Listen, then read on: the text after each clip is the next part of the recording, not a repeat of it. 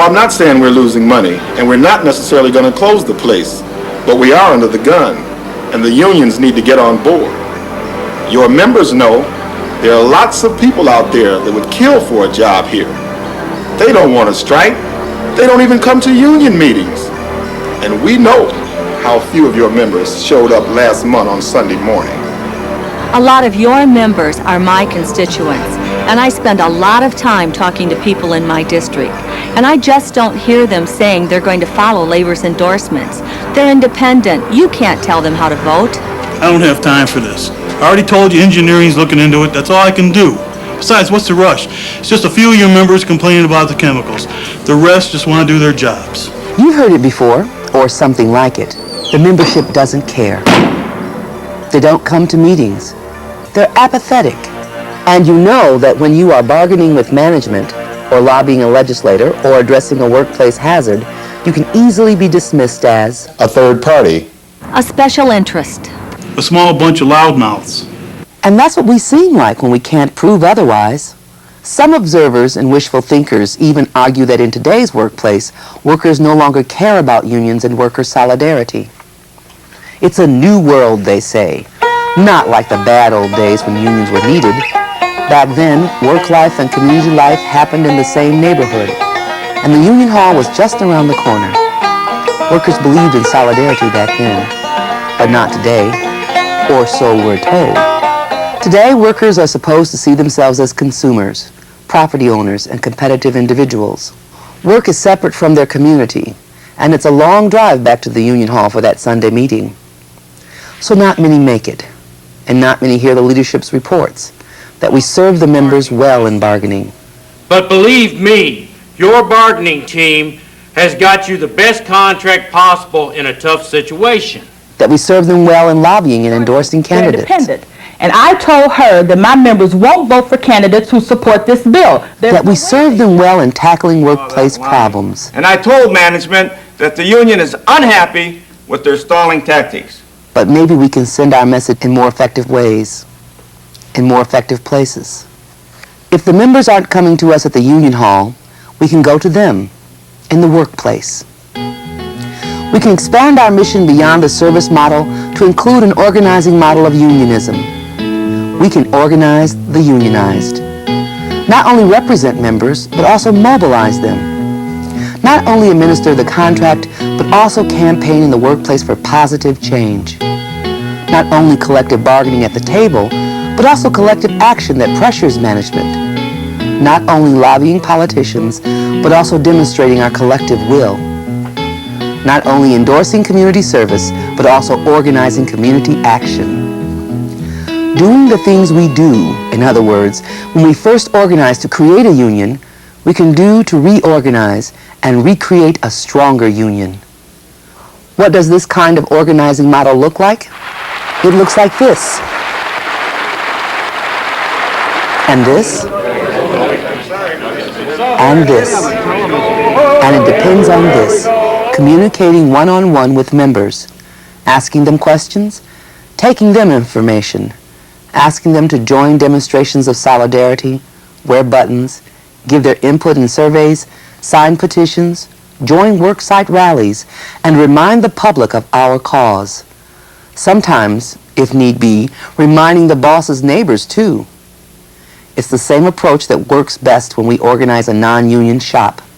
And we can't organize non-union workers if we only send them third-class mailings and post notices on bulletin boards.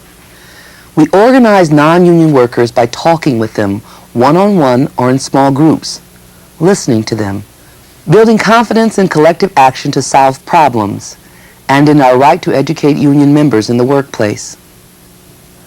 The same need for communication applies in any union workplace, and the same rights protect it. When workers can gather and talk on the job, they can gather and talk union, a right still protected by federal and state labor law. In break areas, cafeterias, parking lots, you can meet and talk with union members. And the supervisor who interferes with that right is subject to legal challenge. So we can take it to the members. That can mean a worksite campaign on any issue, the contract, health and safety, politics, community action, membership recruitment. It can start by taking surveys one-on-one to members in the workplace, asking questions that get the members' attention and their input. We can take them survey results, leaflets describing issues, facts the media ignores, buttons that capture our theme. We can re-register people in the workplace to bring out the vote, or collect petitions on a contract issue, or lead a delegation to management, or collect contributions. And when we've given people small steps they can take in the workplace, more will step out for public demonstrations that show our real numbers. Which side are you on? One more time! Which side are you on? Which side are you on? The reason I'm here is to support the Hunger Hurts, the 1932 Hunger March. Also for the homeless, we need more homes. We need to get a national health care for our old folks, for our retirees, the people on welfare. We need to help and motivate these people inside this country, because everything that we do is politics. The air that we breathe, everything. And we need to start controlling our own destiny. We can bring more people out for this kind of political rally and community action when we first talk with them inside the workplace. We can also build more support for strike action if we organize on the inside before we take people outside. But sometimes we may decide not to walk out if an especially anti-union boss threatens to replace us. The best way to pressure such a boss may be to stay inside and organize the members for concerted actions, using surveys, buttons, group grievances, and educational flyers to unify the membership, and prepare them for escalating actions to pressure management. Informational picketing at the worksite, the headquarters, or the boss's home. Boycotts of employer events, or swamping management events with a union agenda. Health and safety complaints. Worksite rallies in non-work areas. Work to rule. Leaving your creativity at home until management agrees to a fair contract. And following every quality, safety, and work rule to the letter. No shortcuts. Mass grievances, where a delegation of workers take their collective protest to the supervisor. Overtime avoidance or refusal.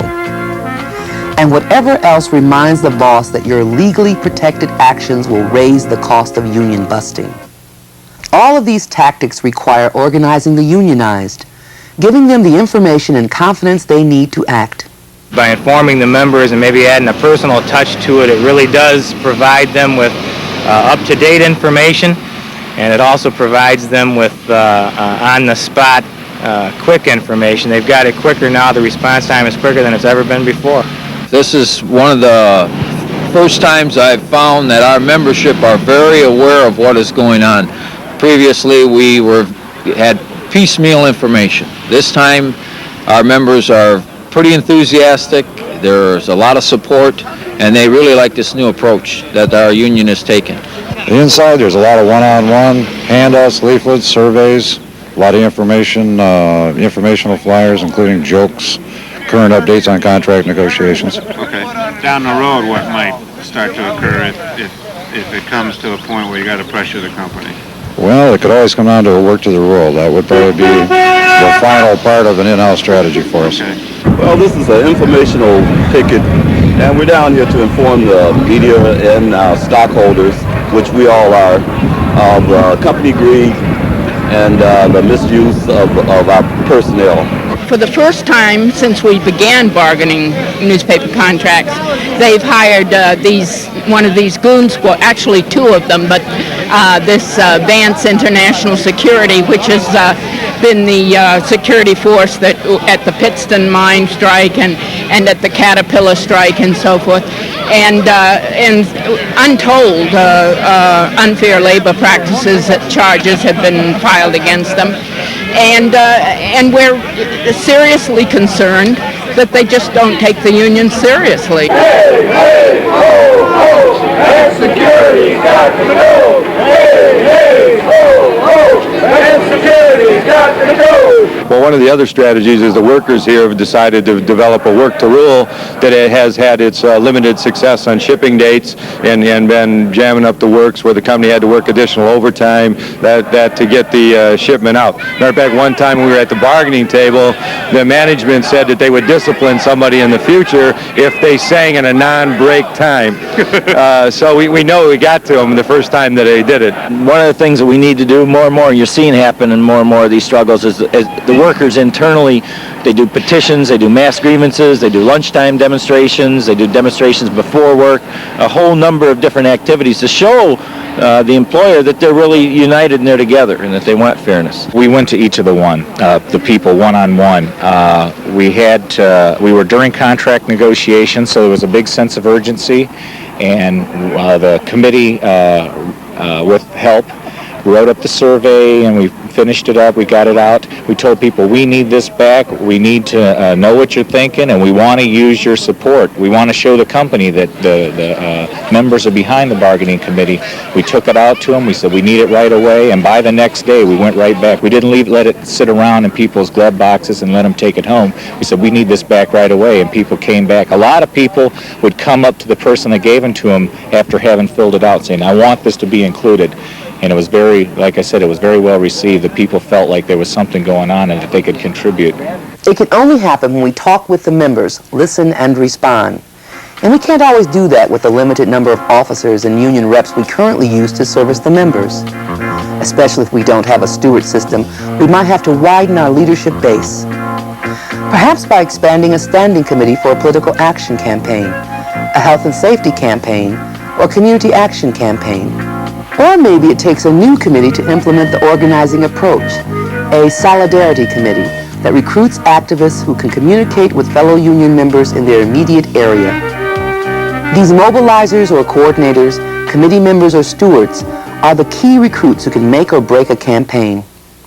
They need to be personally recruited by officers who indicate the importance of the role and the specific tasks involved. And they need to be trained in the issues, the rights that protect union organizers, and the communication skills that make them effective. Whether it's contract bargaining, health and safety, political action, or community service, we can mobilize the membership and bring them to a new level of activism if we go to them in the workplace and show them the opportunities and reasons to act. I think we got to get back to some of the basics, and what the key thing in the labor movement today is get people activated and get them involved. Something like today is great for the workers here at Quaker that see that they've got the support of their brothers and sisters. It's just as good and just as powerful for the workers that we get out to march. They really feel fired up.